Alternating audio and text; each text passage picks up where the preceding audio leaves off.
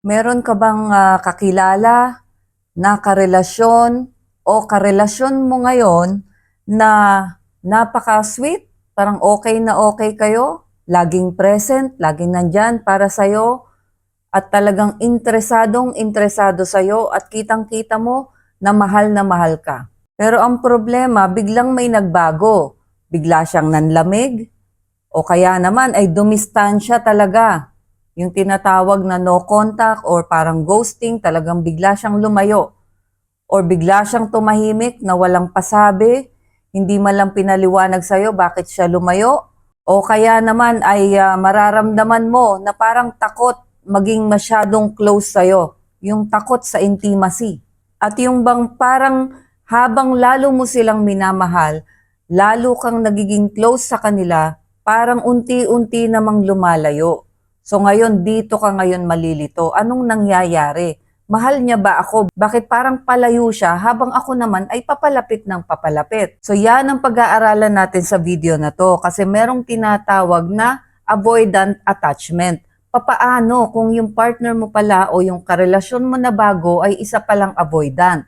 So minsan, ang avoidance ay hindi rejection. Kundi ito yung napakagulong paraan nila ng pagmamahal.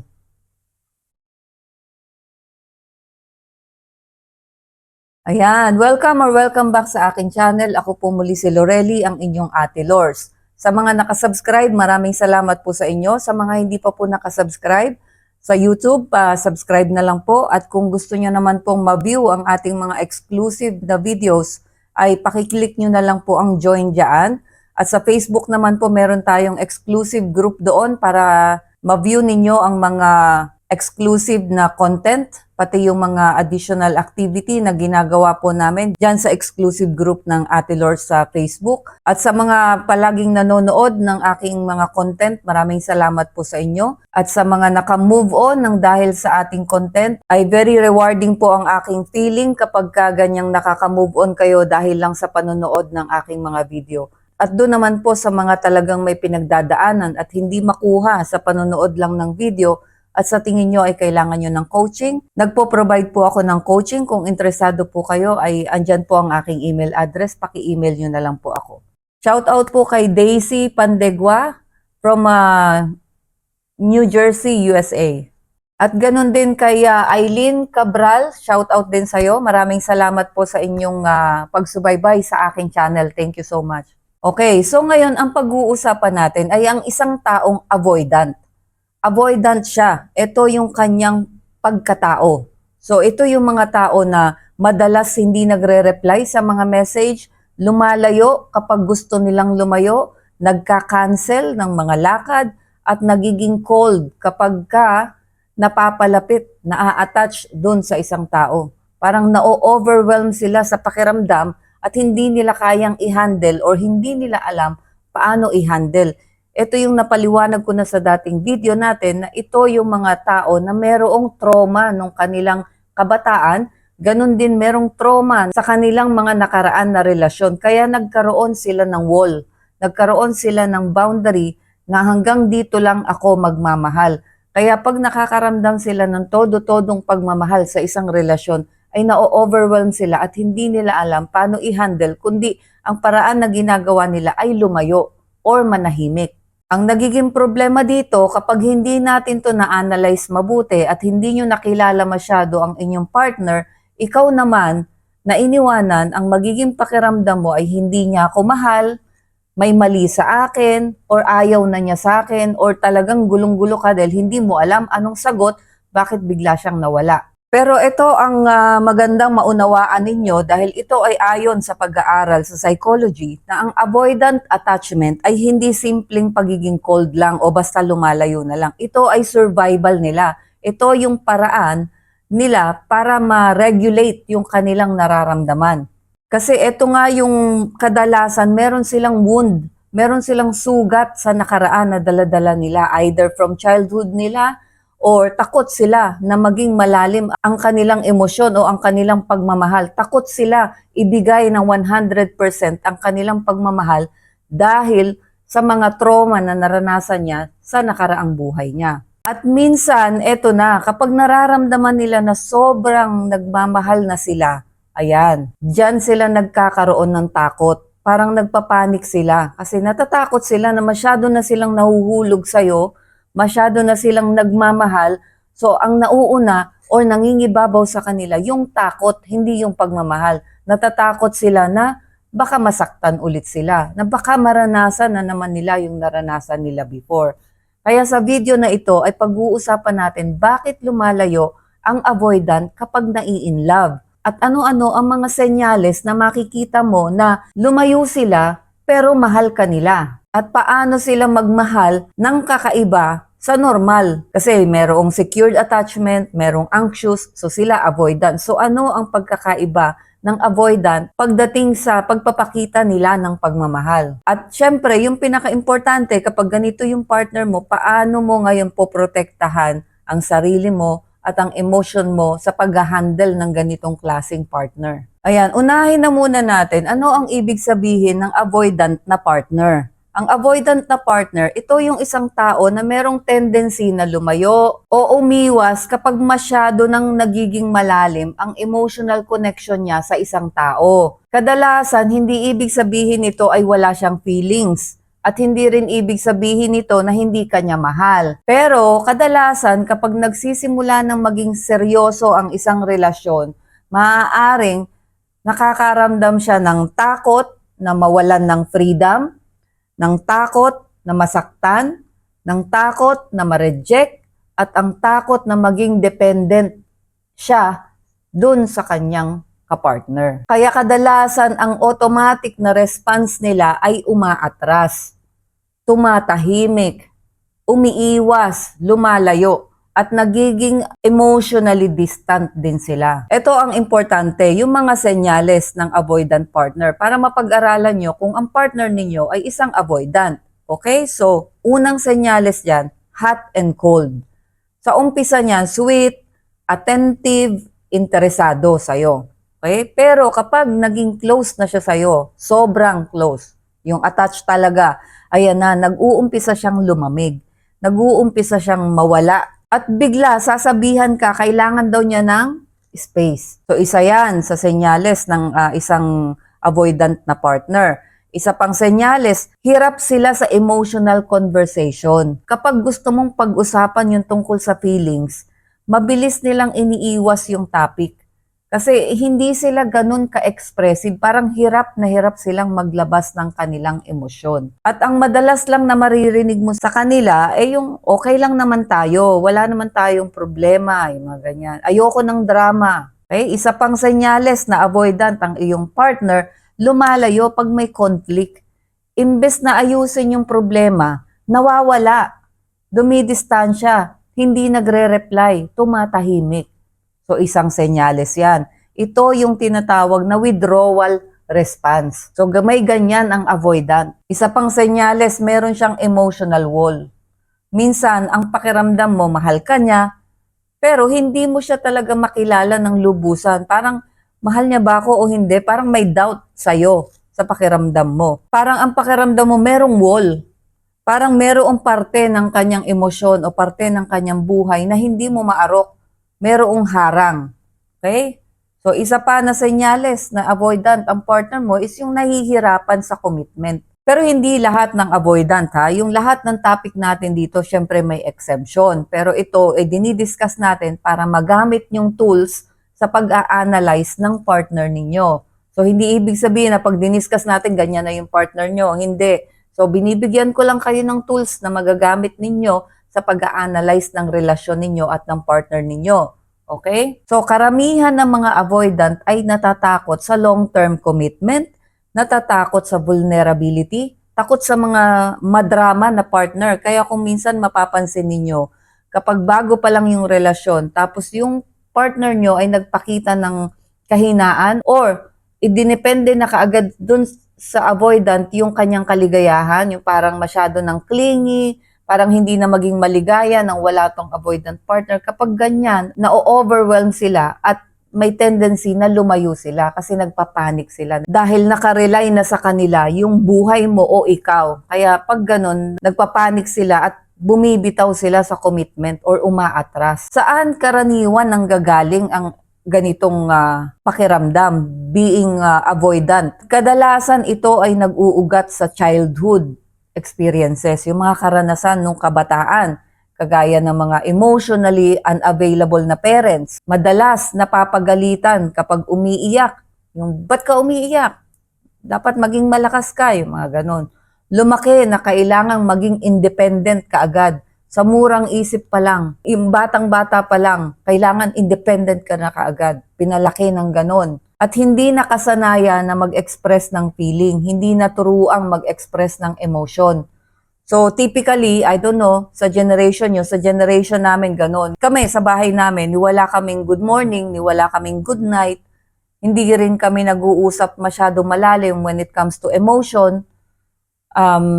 Wala kaming mga, alam mo yun, sweet messages para sa kapatid, para sa nanay, sa tatay. So wala kaming ganon. Kaya ako, masasabi ko talaga na ako ay isang avoidant na partner. Kasi pag may problema kami ng asawa ko or may tampuhan, lumalayo talaga ako, tumatahimik ako, lumalayo ako kasi alam ko ang naging kabataan ko. Kaya itong topic na to at itong pag-aaral sa psychology na to ay masasabi kong ako yung parang buhay na saksi na totoo na kapag meron kang ganoong mga karanasan nung kabataan mo ay madadala mo yan hanggang pagtanda mo at madadala mo yan sa relasyon mo at yun na nga, nagiging avoidant ka. At dito, lumalabas yung pakiramdam na ligtas ako kapag hindi ako masyadong attached sa isang tao. Yung parang palagi kang may wall, takot kang magmahal ng todo. So, ganun ang pakiramdam ng avoidant. Kaya kapag na-in-love sila, sa simula okay pa eh.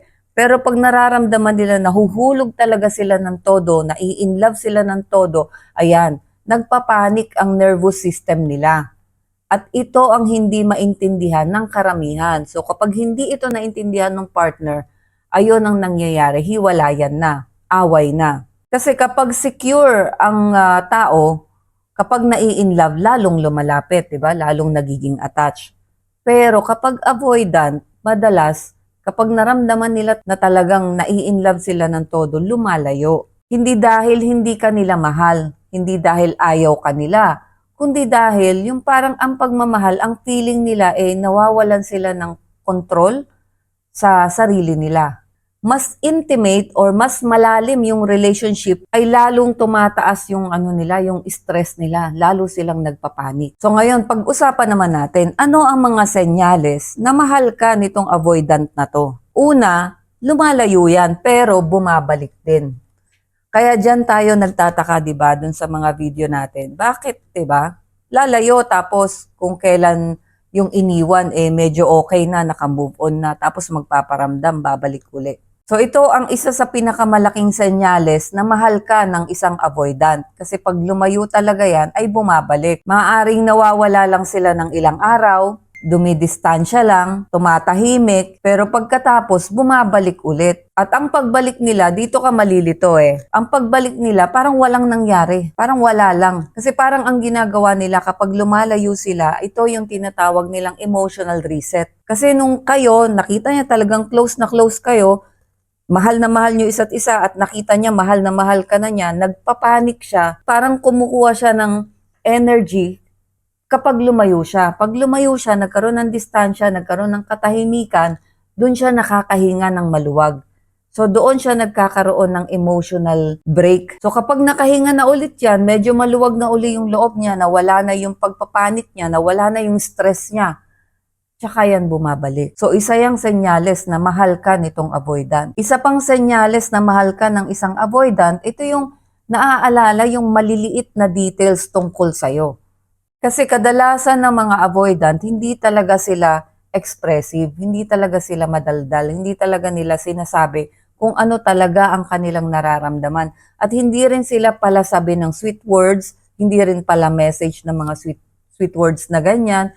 Talagang hindi nila ganun mailabas masyado ang kanilang nararamdaman. Pero mapapansin mo yan, alam na alam nila yung maliliit na bagay tungkol sa'yo. Like for example, yung paborito mong kape, anong klaseng timpla ng kape ang gusto mo, yung mga kwento mo na sa tingin mo, parang hindi naman importante yung kwento at napakatagal na, pero tanda niya dahil ikaw ang nagkwento. Basta yung maliliit na bagay tungkol sa'yo ay natatandaan niya. So, iyon ang version minsan ng parang sinasabi niya, I care about you, na gusto kita. Hindi nila masabi, pero dahil dito sa mga senyales na to, iyon ang equivalent sa kanila ng caring. Kahit hindi nila sinasabi, pero itong senyales na to, ang pwedeng magsabi sa'yo na nagke-care ako sa'yo, na mahal kita. Pangatlong senyales, yung hindi ka kinokontrol. Ito ang madalas na nami-misinterpret ng iba kasi kapag avoidant at mahal ka, bibigyan ka ng freedom niyan. Magtitiwala yan sa'yo. May freedom ka talaga. Hindi sila possessive, hindi sila controlling, at hindi rin sila clingy. At minsan, ito yung napagkakamalan ng partner na walang pakialam sa kanya yung partner niya. So, iintindihin nyo, baka avoidant ang inyong partner. Pero sa pag-aaral nga sa psychology, ang avoidant ay ayaw kasi nila ng kinokontrol din sila. So, mas gusto nila na meron silang kalayaan na makahinga, kaya ganun din ang ibinibigay nila sa partner nila. Okay? Isa pang senyales ng avoidant, ito yung nagpapakita sila, through action talaga, ginagawa nila. Pero, minsan may reklamo. Alam mo yun, kahit nagre-reklamo sila, ginagawa pa rin nila, sinusunod pa rin nila. Like for example, ihahatid kita or tutulungan kita dyan or pupuntahan kita pag kailangan mo ko. Pero habang ginagawa yun, may maririnig ka naman. Pwedeng habang sinusundo ka, sasabihin sa'yo, ang hassle mo, ang kulit mo talaga. Pero ginagawa nila. Kung avoidant yung partner nyo, ang titingnan nyo doon yung action. Kasi ginagawa nila yon. And then, takot kasi silang mag-express talaga ng nararamdaman nila eh.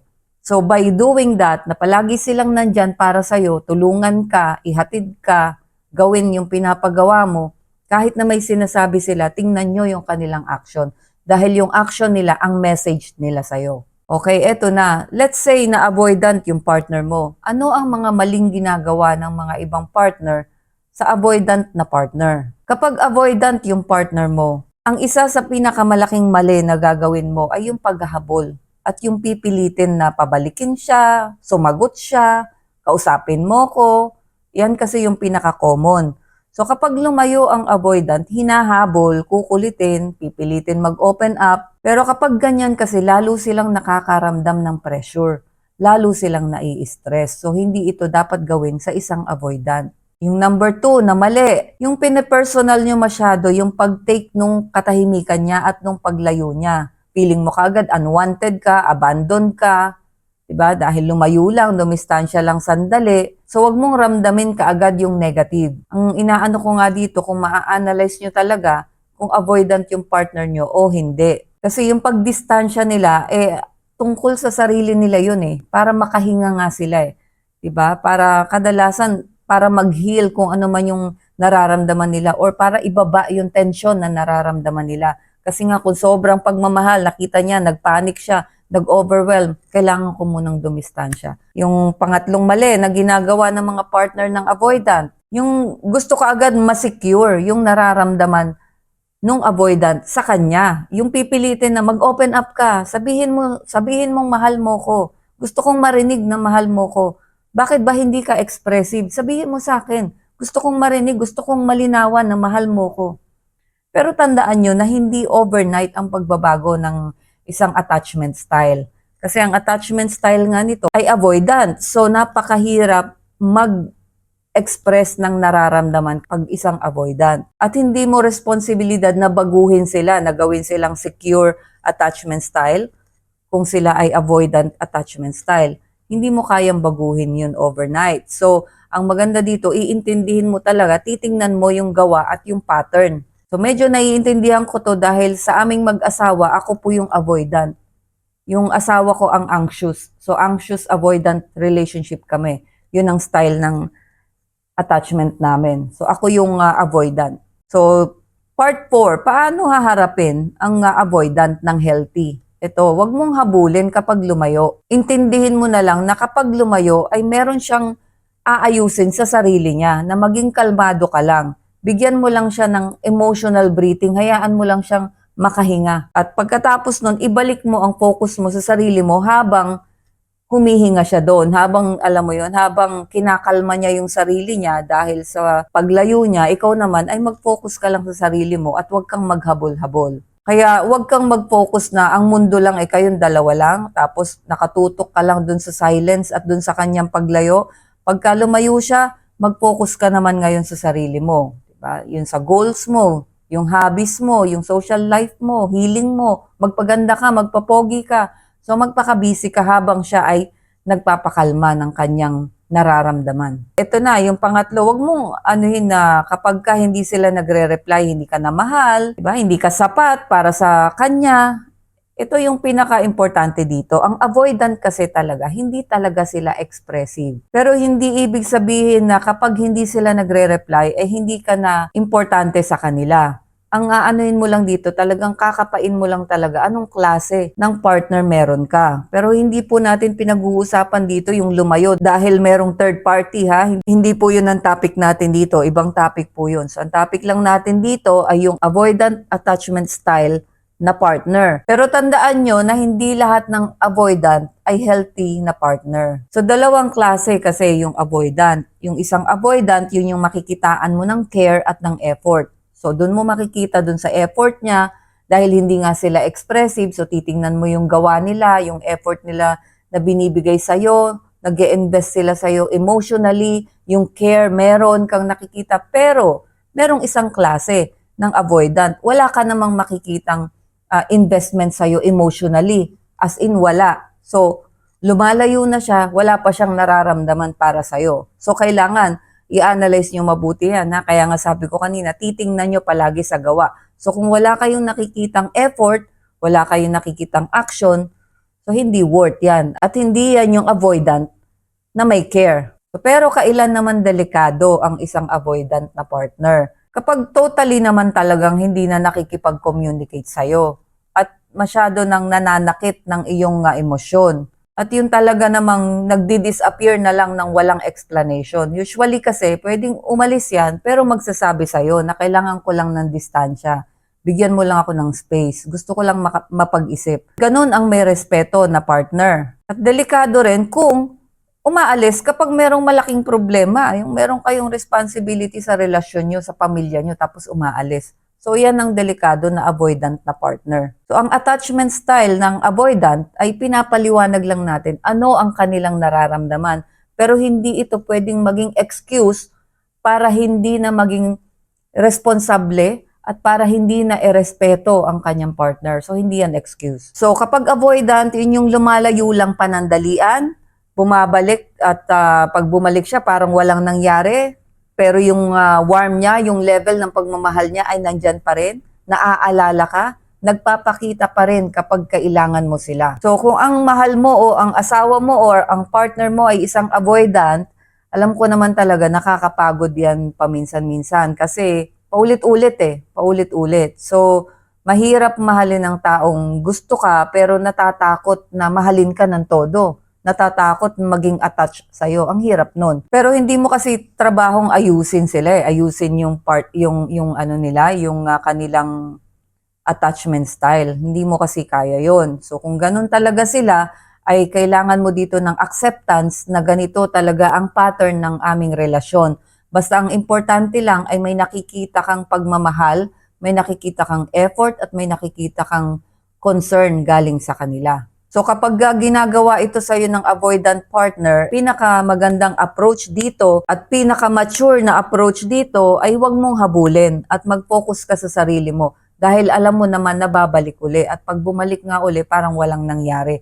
So ganito ang nangyayari kapag avoidant ang partner mo. So kung wala namang third party at wala namang ginagawang malaking kasalanan at talaga lang na-overwhelm sa relasyon ninyo, minsan sa sobrang pagmamahal, minsan sa sobrang problema, minsan kapag nagagalit, naiinis, ang avoidant talaga palayo. Palaging gustong lumayo, gusto ng katahimikan. Kasi ako minsan pagka naiinis din, gusto ko kahit buong isang araw kaya kong hindi nagsasalita. O kaya naman lumalayo talaga ako, pupunta ako ng mall. Or lumalayo, minsan nagkakape ako mag-isa pag naiinis ako sa asawa ko. So, yun yung magandang maintindihan ninyo kung avoidant ang partner ninyo at kapag naunawaan nyo ito ay hindi kayo aabot dun sa pagkapagod na nai-stress kayo na paanong gagawin nyo, mahal ko tong tao na to, kaya lang pagod na ako sa ganitong ah, cycle ng aming relasyon, aalis, babalik, aalis, babalik. At kapag naintindihan yung mabuti yan, magiging kalmado kayo magiging relax kayo, okay lang yan, babalik din yan. So habang ginagawa niya yan, ito ang pagtutuunan ko ng pansin yung sarili ko. Kumbaga, alam nyo nang i-manage yung behavior nung inyong avoidant na partner. So ayun, I hope ay nakatulong sa inyo ang video na ito at sana ay makasama ko pa kayong muli sa mga susunod ko pang mga video. Thank you.